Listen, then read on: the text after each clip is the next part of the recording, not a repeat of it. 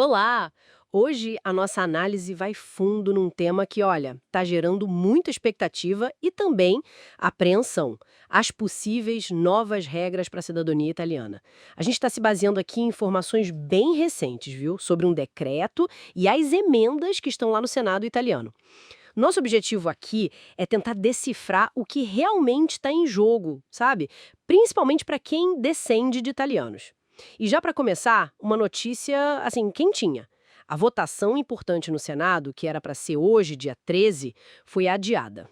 Isso mesmo, adiada para amanhã, dia 14 de maio. E olha, é importante notar isso. O texto que sair do Senado agora tem uma chance enorme de ser o definitivo.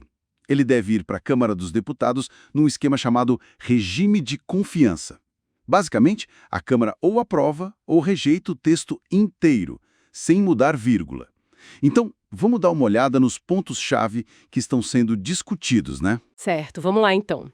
Um dos pontos que mais se fala é a tal limitação por geração. É isso mesmo, o que dizem as propostas.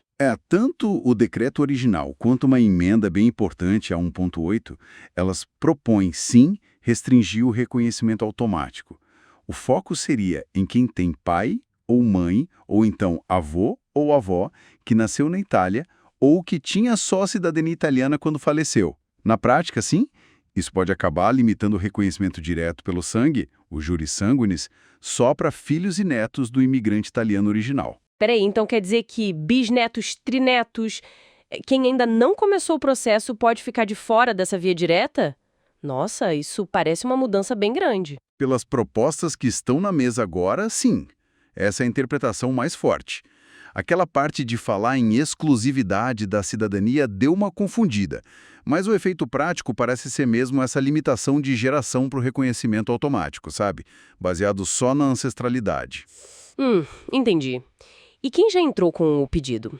Ou quem já conseguiu a cidadania? Essas pessoas precisam se preocupar com a regra mudar para elas também? A tal da retroatividade? Ponto crucial esse. E parece que tem proteção sim. As novas regras, se passarem, não devem afetar quem já é cidadão reconhecido, e nem quem protocolou o pedido, seja no consulado ou na justiça, antes de 27 de março de 2025. Esses casos continuam pela lei antiga. Ufa! Tinha uma dúvida sobre quem só tinha agendamento no consulado, né? Mas as emendas mais recentes parecem que protegem esses casos também. Ah, bom, isso deve dar um alívio para muita gente. Mas, assim, outra preocupação grande que surgiu foi com os mais novos, né? Os filhos menores de quem já é cidadão. Sim, sim, com certeza. E parece que está vindo uma solução aí nas emendas.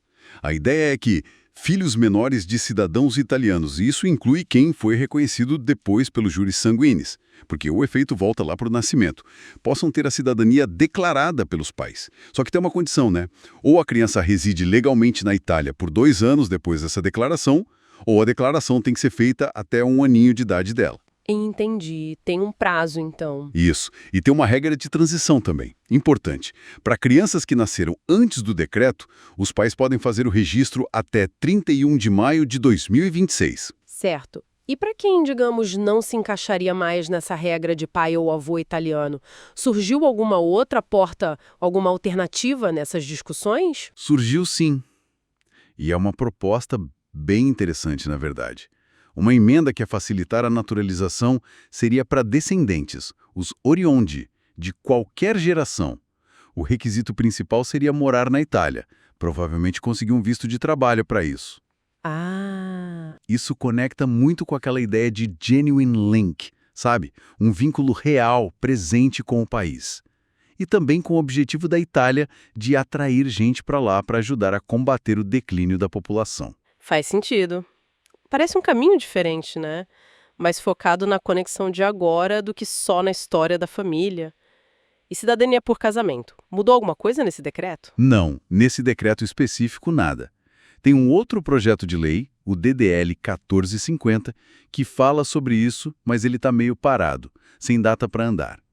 O que uma emenda agora garante é que quem pediu a naturalização por casamento antes dessa nova lei entrar em vigor, caso ela seja aprovada, vai seguir as regras antigas. Sendo prejudicado por essas possíveis mudanças, quais são as perspectivas? O pessoal já está falando em contestar na justiça. Ah, sem dúvida. Já se fala muito nisso. Especialistas preveem contestações judiciais fortes, viu? Os argumentos devem ser contra a constitucionalidade de usar um decreto para isso, que, em tese, exige urgência, né? E também questionando se não viola o princípio da igualdade entre os descendentes. Imagino. A recomendação que está rolando entre os especialistas é entrar com ação judicial o quanto antes, mesmo que a lei passe, sabe? Para tentar garantir a posição na fila e contestar as novas regras. Entendi. Então, o cenário é bem complexo mesmo. A gente vê um movimento para talvez restringir o alcance dos juris sanguinis para além dos netos, mas ao mesmo tempo tem essas medidas para proteger os filhos menores e até essa criação de uma via alternativa focada mais na residência, no vínculo atual. Exatamente. É um reflexo claro de uma tensão, né, entre preservar o legado do direito de sangue, que é histórico, e as necessidades da Itália de hoje. Necessidade de atrair residentes, de fortalecer os laços com quem vive lá ou quer viver lá agora. Pois é, isso deixa a gente com uma reflexão, né? O que vai definir a identidade italiana para quem está fora, para a diáspora, no futuro? Vai ser só linhagem, a ancestralidade lá de trás? Ou vai ser um envolvimento mais ativo, mais presente com a Itália de hoje em dia? É algo para a gente pensar e acompanhar os próximos capítulos dessa história.